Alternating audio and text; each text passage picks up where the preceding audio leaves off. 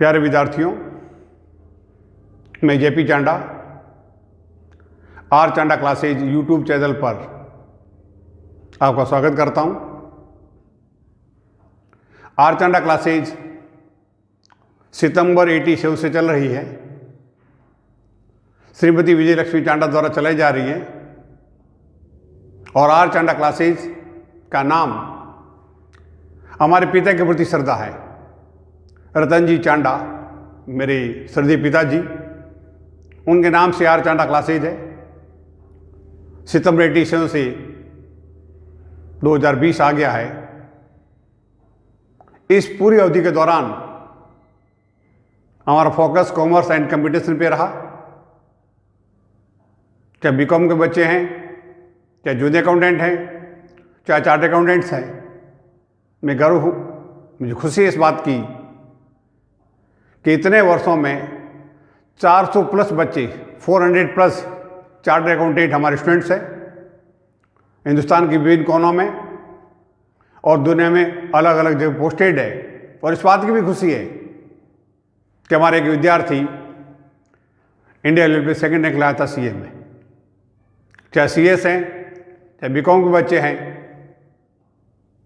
Competition classes में first grade commerce, junior accountant, ASO में जिस ढंग से पिछले 10 से 12 साल में हमारे से सिलेक्शन हुआ, वो परमपिता ईश्वर की कृपा है, बच्चों की मेहनत है और हमारा गाइडेंस है। हम पढ़ाते हैं इस वे से कि बच्चा खुद अपनी प्रॉब्लम को सॉल्व कर सके। क्वेश्चन सॉल्व करना हमारा मकसद नहीं है। हम कंसेप्ट पे विश्वास करते हैं। कॉमर्स साइंस की तरह है, रूल्स हैं, सिद्धांत हैं, प्रिंसिपल है। उसके कंसेप्ट अगर हम विद्यार्थियों के दिमाग पे क्लियर करें परमपिता ईश्वर की कृपा से, तो नेचुरली स्टूडेंट को सफलता मिलेगी। ये ऑनलाइन क्लासेज में सबसे पहले हम जूनियर अकाउंटेंट के लिए बेस बना रहे हैं। जूनियर अकाउंटेंट पिछले 2 भर्तियों में हमने कंटिन्यू पढ़ाया। पिछली भर्ती 2013 की वैकेंसी थी, प्रोसेस लंबा चला।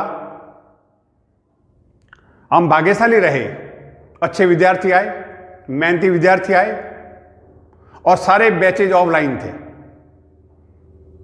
हमारे यहां पर 208 विद्यार्थियों ने कोचिंग प्राप्त की और मुझे इस बात की खुशी है 208 में से 23 जूनियर अकाउंटेंट का सिलेक्शन हुआ।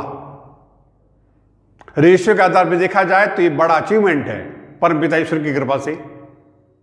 उन 23 बच्चों में से 10 बच्चे जोधपुर शहर के विभिन्न कार्यालयों में अभी पदस्थापित हैं। ग्रामीण treasury, pension department, city treasury, forest department, local fund, नगर निगम, इस तरह से अलग अलग डिपार्टमेंट में 10 विद्यार्थी अभी पदस्थापित है और टोटल 23। क्योंकि 23 है तो 23। हम कहें, मैं कहूं तो कह सकता हूं 33, कह देता 43। नहीं, जो एक्चुअल है वो एक्चुअल है, परमपिता ईश्वर जानता है, हम झूठ बोल नहीं सकते। जूनियर अकाउंटेंट जो आरपीसी द्वारा आयोजित होता है, उसमें कॉमर्स तथा नॉन कॉमर्स दोनों ही प्रकार के विधा से अलाउड होते हैं। क्या आपका कॉमर्स बैकग्राउंड है, क्या आप आर्ट्स के स्टूडेंट हैं, चाहे साइंस के स्टूडेंट हैं, आप बीएससी हैं, आपने बीकॉम किया है, आपने बीए किया है, आप इंजीनियर हैं, सभी अलाउड है। इंपॉर्टेंट पॉइंट है, सिलेबस जो पुराना सिलेबस है उसके अकॉर्डिंग जूनियर अकाउंटेंट के एग्जाम में 2 पेपर होंगे, part first and part second. Part first में 6 सब्जेक्ट है, हिंदी, अंग्रेजी, इंग्लिश, जनरल नॉलेज, सामान्य ज्ञान, दैनिक ज्ञान, daily science, arithmetic and computer, principle of computer. Second paper में अकाउंटेंसी, बहीखाता, बिजनेस ऑर्गेनाइजेशन, व्यवसाय पद्धति, लेखा परीक्षा, ऑडिट, अंकेक्षण, भारतीय अर्थशास्त्र, इंडियन इकोनॉमी, राशन सेवा नियम, आरएसआर जिसकी ये चैप्टर, और जीएफ&आर, जनरल फाइनेंस एंड अकाउंट जिसकी ये चैप्टर। दोनों में ही हर पेपर में 25 क्वेश्चन आएंगे। हर क्वेश्चन 3 मार्क्स का है, इसलिए हर पेपर आपके लिए मैक्सिमम मार्क 75 का है। यहां एक बात ये ध्यान रखिए माइनस मार्किंग है 1/3। एक पेपर, एक क्वेश्चन अगर आप अटेंड करते हैं और वो क्वेश्चन अगर सही है तो आपको 3 मार्क्स मिलेंगे, और वो क्वेश्चन अगर गलत हो गया तो 3 × 1/3 आपका 1 मार्क्स माइनस में चला जाएगा। ये ध्यान रखना है। माइनस मार्किंग 1/3 है। पास अगर आपका क्वेश्चन सही अटेंड हुआ तो ये क्वेश्चन के 3 नंबर मिलेंगे, और क्वेश्चन गलत आपने अटेंड किया तो आपका -1 मार्किंग होगा। हम जो वीडियो आपको दे रहे हैं चांडा क्लासेस ऑनलाइन में, उसमें पार्ट सेकंड शुरू करेंगे। पार्ट सेकंड शुरू कर रहा हूं, उसमें मैक्सिमम पोर्शन कॉमर्स का है, accountancy, business organisation and auditing.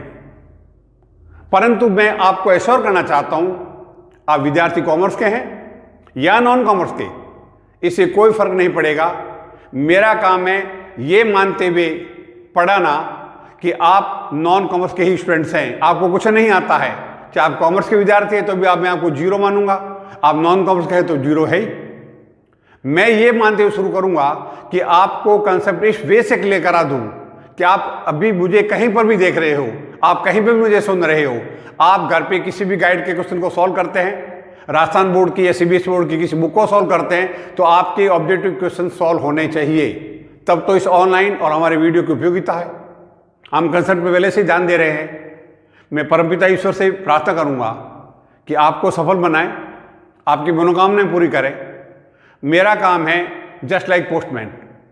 परमपिता ईश्वर ने जो मुझे ज्ञान दिया, जो मुझे कंसेप्ट क्लियर करवाने की कैपेसिटी दी, नेचुरली ये ईश्वर की देन है। मैं ही हूं, ये प्राउड मेरे के अंदर था नहीं, भगवान करे कभी हो ही नहीं। मैं एक पोस्टमैन की तरह हूं। कंसेप्ट क्लियर कराना मेरी आदत में शुमार है, मेरी कैपेसिटी में शुमार है। ये परमपिता ईश्वर की देन है। उसे अपन किसी नाम से जाने, चाहे अपन उसे गॉड कहें, अल्लाह कहें, भगवान कहें, राम कहें, जो कुछ सब नाम देते हैं वो उसी की देन है। और ये भी कि मैं आपके कंसेप्ट क्लियर करा पाता हूं, ये भी उसकी देन है। यहाँ से सलेक्शन बहुत जानदार होता है, ये भी उसी की देन है। फर्स्ट ग्रेड में मेरे यहाँ पे 45 स्टूडेंट थे और 10 का सलेक्शन हुआ फर्स्ट ग्रेड कॉमर्स में। ASO में पिछली बार सलेक्शन हो गया, जूनियर अकाउंट में सलेक्शन हो गया। तो मैं मान के चलता हूँ जो विद्यार्थी आते हैं वे खुद इंटेलिजेंट है, खुद मेहनत करते हैं, उनका भाग्य उनके माता पिता का तथा भगवान का आशीर्वाद उनके साथ है, तब उनका सलेक्शन होता है। मैं ये चाहूँगा कि मैं आपको वो सारी चीज़ें बता दूँ जो आपके सिलेबस के अकॉर्डिंग है, तथा उसको पढ़ करके, उस पर ट्राई करके, उस पर लिख करके, उस पर मेहनत करके आप जब एग्जाम दें तो आपको लगे भी सलेक्शन होना अब हमारे भाग्य की बात है। आप लोग मेरी बात को ध्यान से सुन रहे हैं। किसी की बात को ध्यान से सुनना, उसकी इज्जत देना होता है। इज्जत देने के अनेक कामों में से सबसे इंपॉर्टेंट काम है किसी की बात को ध्यान से सुनना। आप मेरी बात को ध्यान से सुन रहे हो, इसका अर्थ होगा आप मुझे इज्जत दे रहे हो, और इज्जत देना आपकी तरफ से मेरे को दिया गया दान है। बिना कुछ पाने की इच्छा रखे हम किसी को देते हैं, वो दान कहलाता है। आप मेरी बात को ध्यान से सुन रहे हो तो ये आपकी तरफ से मुझे दिया गया दान है। मैं इसे अर्थ स्वीकार करता हूँ। परमपिता ईश्वर से दुआ करता हूँ कि आपकी दुआ, आपकी प्रार्थना को कबूल करें। मैं आपकी सफलता, आपकी सेहत, आपकी दौलत, आपकी शौहरत के लिए दुआ करता हूँ। आपके माता पिता के लिए दुआ करता हूँ। आपकी वो सभी मनोकामनाएं पूरी हो जो आपके दिल में है। ईश्वर आपकी रक्षा करे, ईश्वर आपको सद्बुद्धि दे, ईश्वर आपको सफलता दे।